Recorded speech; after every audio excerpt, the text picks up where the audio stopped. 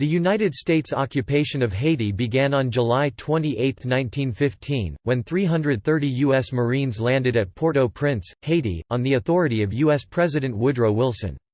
The first invasion forces had already disembarked from USS Montana on January 27, 1914. The July intervention took place following the murder of dictator President Villebrun Guillaume Sam by insurgents angered by his political executions of elite opposition. The occupation ended on August 1, 1934, after President Franklin D. Roosevelt reaffirmed an August 1933 disengagement agreement. The last contingent of U.S. Marines departed on August 15, 1934, after a formal transfer of authority to the Garde de Haiti.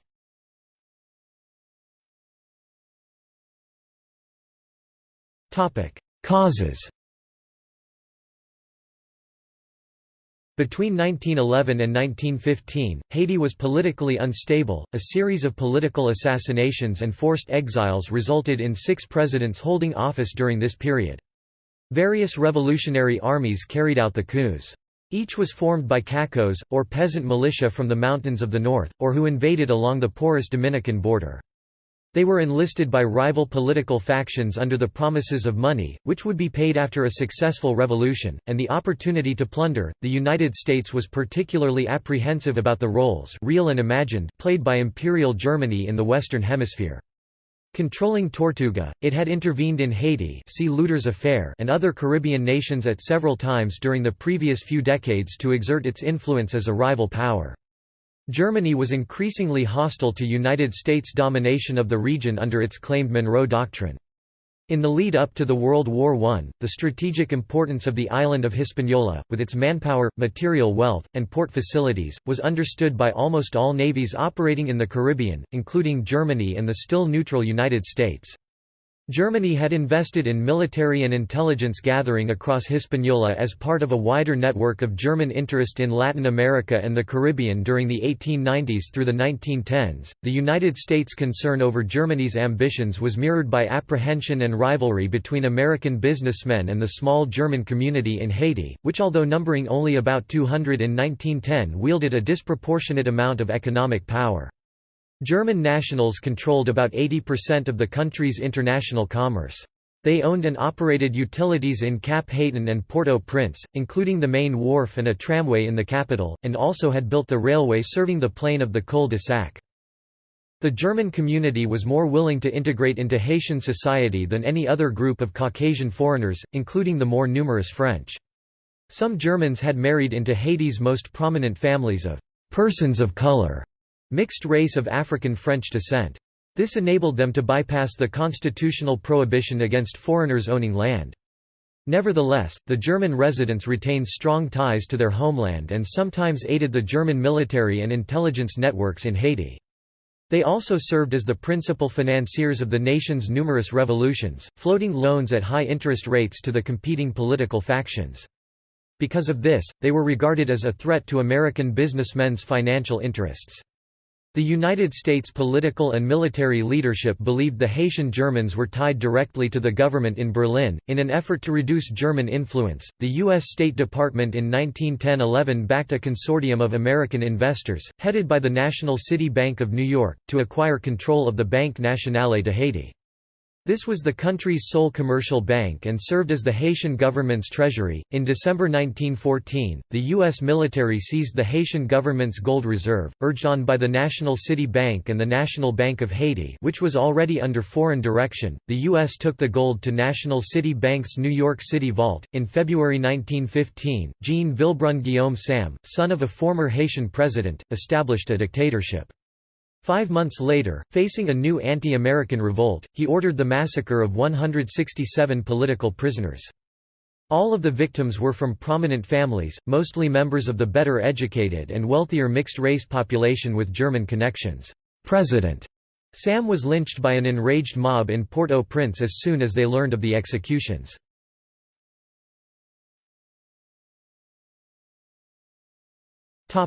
American intervention.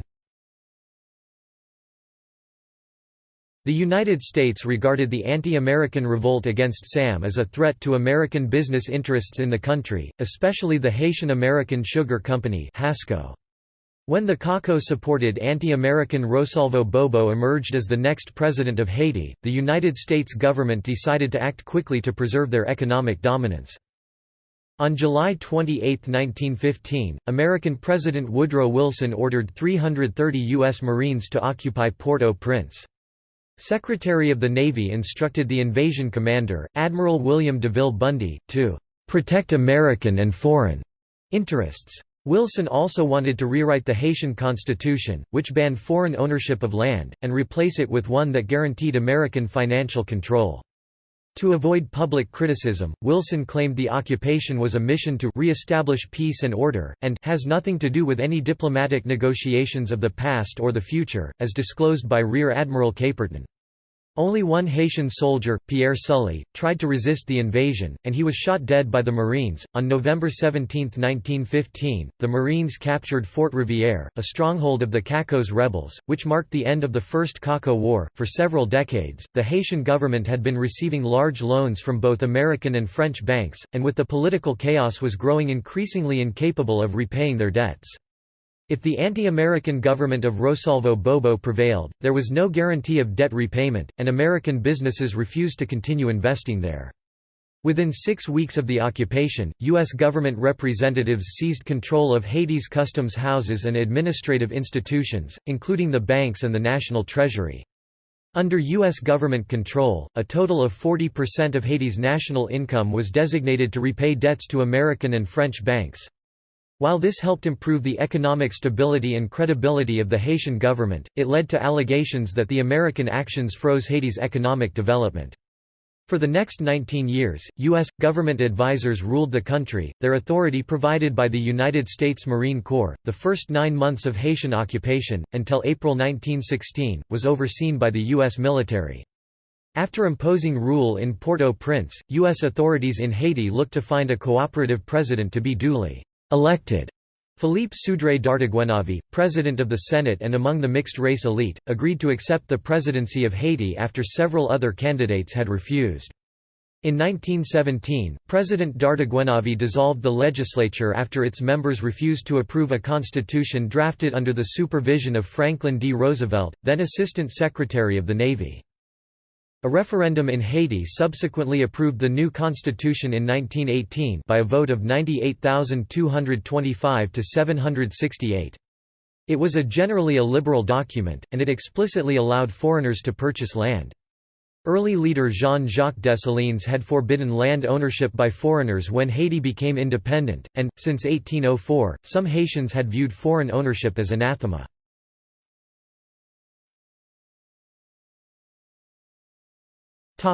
Government and opposition. In September 1915, the United States Senate ratified the Haitian-American Convention, a treaty granting the United States security and economic oversight of Haiti for a 10-year period. Representatives from the United States wielded veto power over all governmental decisions in Haiti, and Marine Corps commanders served as administrators in the departments. Local institutions, however, continued to be run by Haitians, as was required under policies put in place during the presidency of Woodrow Wilson. The U.S. administration overhauled—if not dismantled in perpetuity—the already tottering constitutional system, reinstituted civil conscription impressed labor for building roads, and established the National Guards. It invested in massive improvements to infrastructure. 1,700 kilometers of roads were made usable, 189 bridges were built, many irrigation canals were rehabilitated, hospitals, schools, and public buildings were constructed, and drinking water was brought to the main cities. Opposition to the occupation began immediately after the Marines entered Haiti in 1915. The rebels, called Cacos by the U.S. Marines, strongly resisted American control of Haiti. During the first period of the occupation, they received considerable support from the German government and entrenched German Haitian elite. While German capabilities were seriously limited by World War I and the United States was neutral for a time, they were hostile parties, determined to wrest hegemony over Hispaniola. Germany's position benefited the indigenous resistance movements. In response to this upswing of hostility, the Haitian and American governments began a vigorous campaign to disband the rebel armies. Perhaps the best-known account of this skirmishing came from Marine Major Smedley Butler, awarded a Medal of Honor for his exploits.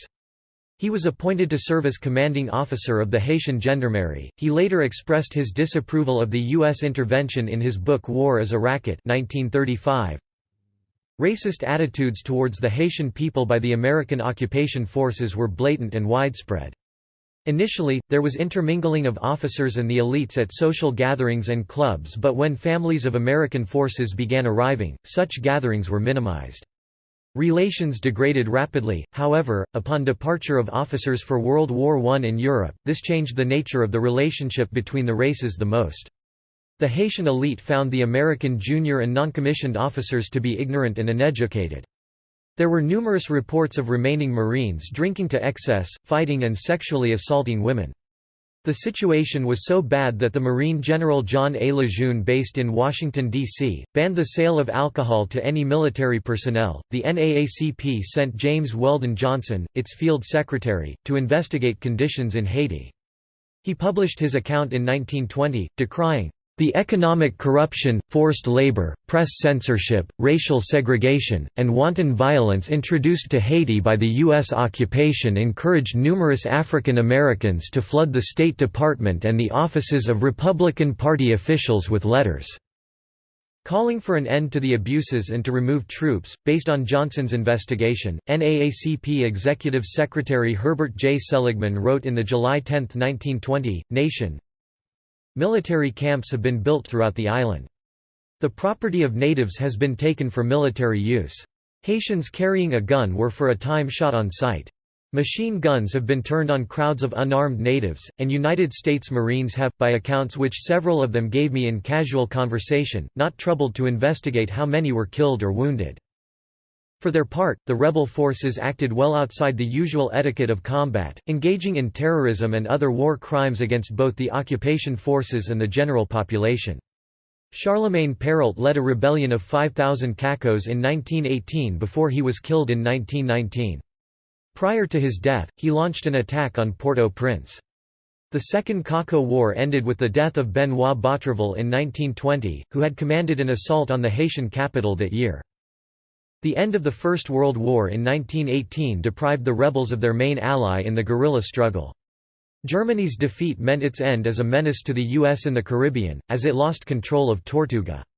Nevertheless, the U.S. continued its occupation of Haiti after the war, despite the embarrassment that it caused President Woodrow Wilson at the Paris Peace Conference of 1919, when he supported self-determination among other peoples.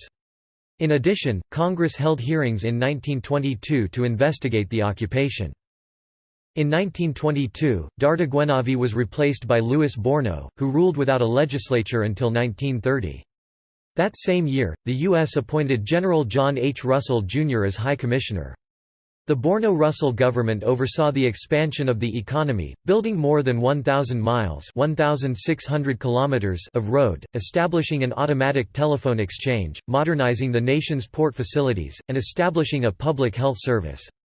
Sisal was introduced to Haiti as a commodity crop, and sugar and cotton became significant exports. However, efforts to develop commercial agriculture met with limited success, in part because much of Haiti's labor force was employed as seasonal workers in the more established sugar industries of Cuba and the Dominican Republic.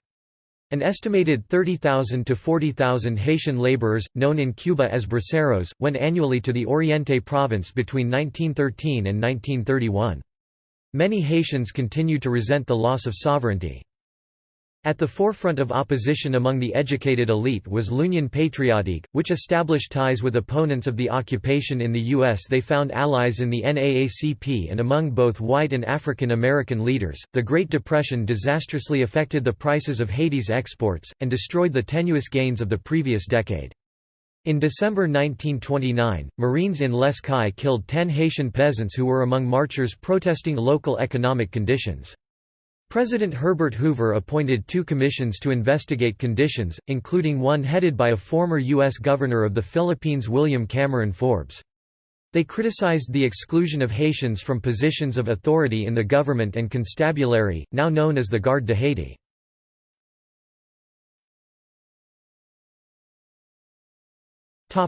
Haitian reactions.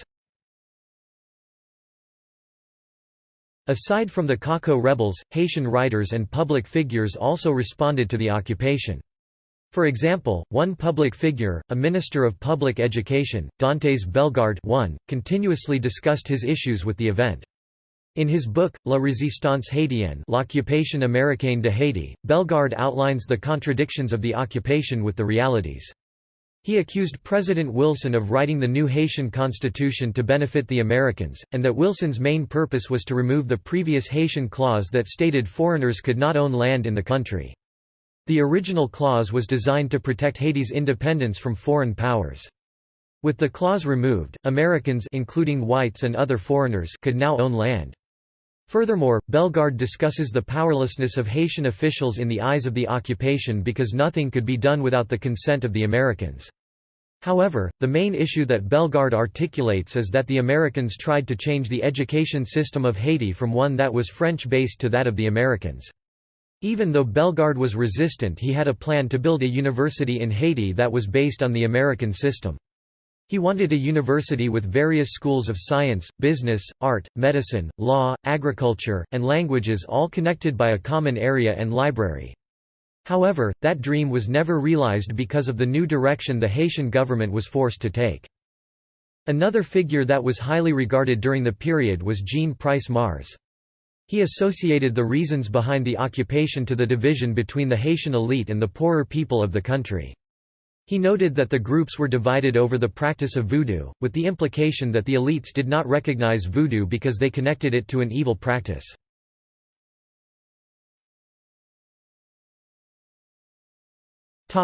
Transition to fully Haitian government. In 1930, Stenio Vincent, a longtime critic of the occupation, was elected president of Haiti. By 1930, President Hoover had become concerned about the effects of the occupation, particularly after the December 1929 incident in Les Cayes. Hoover appointed a commission to study the situation, with William Cameron Forbes as the chair. The Forbes Commission praised the material improvements that the U.S. administration had achieved, but it criticized the continued exclusion of Haitian nationals from positions of real authority in the government and the constabulary, which had come to be known as the Garde de Haiti. In more general terms, the Commission asserted that the social forces that created instability still remain, poverty, ignorance, and the lack of a tradition or desire for orderly free government. The Hoover administration did not fully implement the recommendations of the Forbes Commission, but United States withdrawal was underway by 1932, when Hoover lost the presidency to Franklin D. Roosevelt. The latter, as Assistant Secretary of the Navy, had overall responsibility for drafting the most recent Haitian constitution. He was a proponent of the good neighbor policy for the U.S. role in the Caribbean and Latin America. On a visit to Cap Haitien in July 1934, Roosevelt reaffirmed an August 1933 disengagement agreement. The last contingent of U.S. Marines departed on August 15, 1934 after a formal transfer of authority to the Guard. The U.S. retained influence on Haiti's external finances until 1947.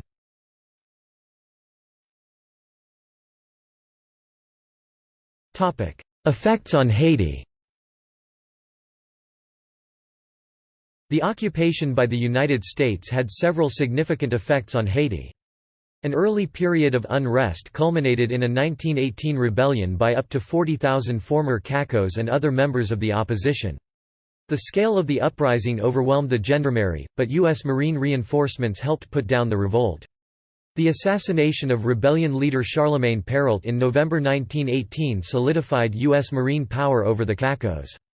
An estimated 2,000 Haitians were killed in the fighting. The occupation greatly improved some of Haiti's infrastructure and centralized power in Port-au-Prince. Infrastructure improvements were particularly impressive. 1,700 kilometers of roads were made usable, 189 bridges were built, many irrigation canals were rehabilitated, hospitals, schools, and public buildings were constructed, and drinking water was brought to the main cities. Port-au-Prince became the first Caribbean city to have a phone service with automatic dialing. Agricultural education was organized, with a central school of agriculture and 69 farms in the country. The Americans inhabited neighborhoods of Port-au-Prince in high-quality housing. This neighborhood was called the Millionaire's Row.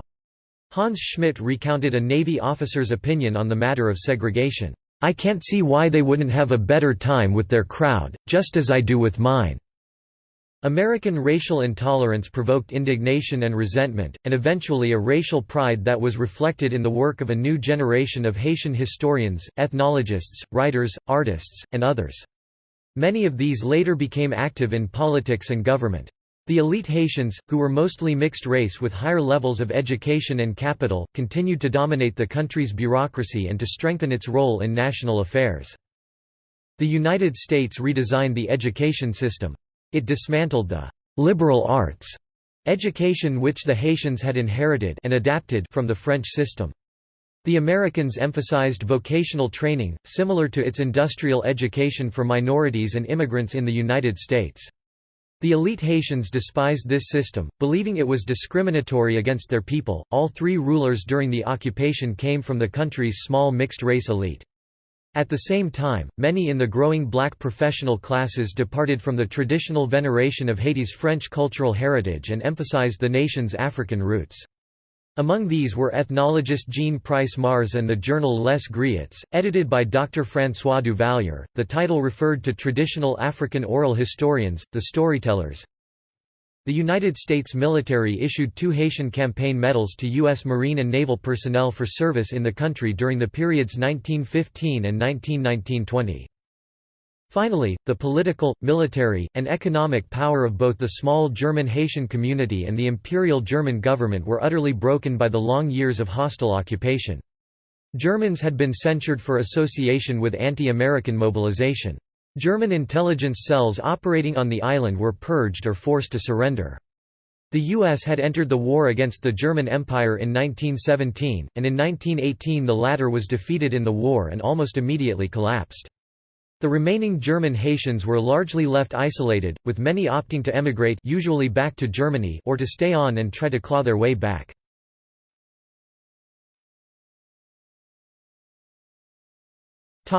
See also: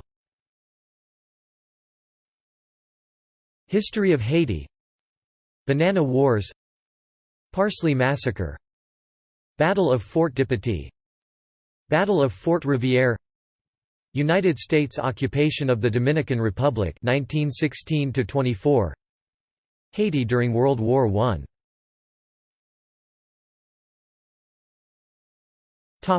Further reading. Notes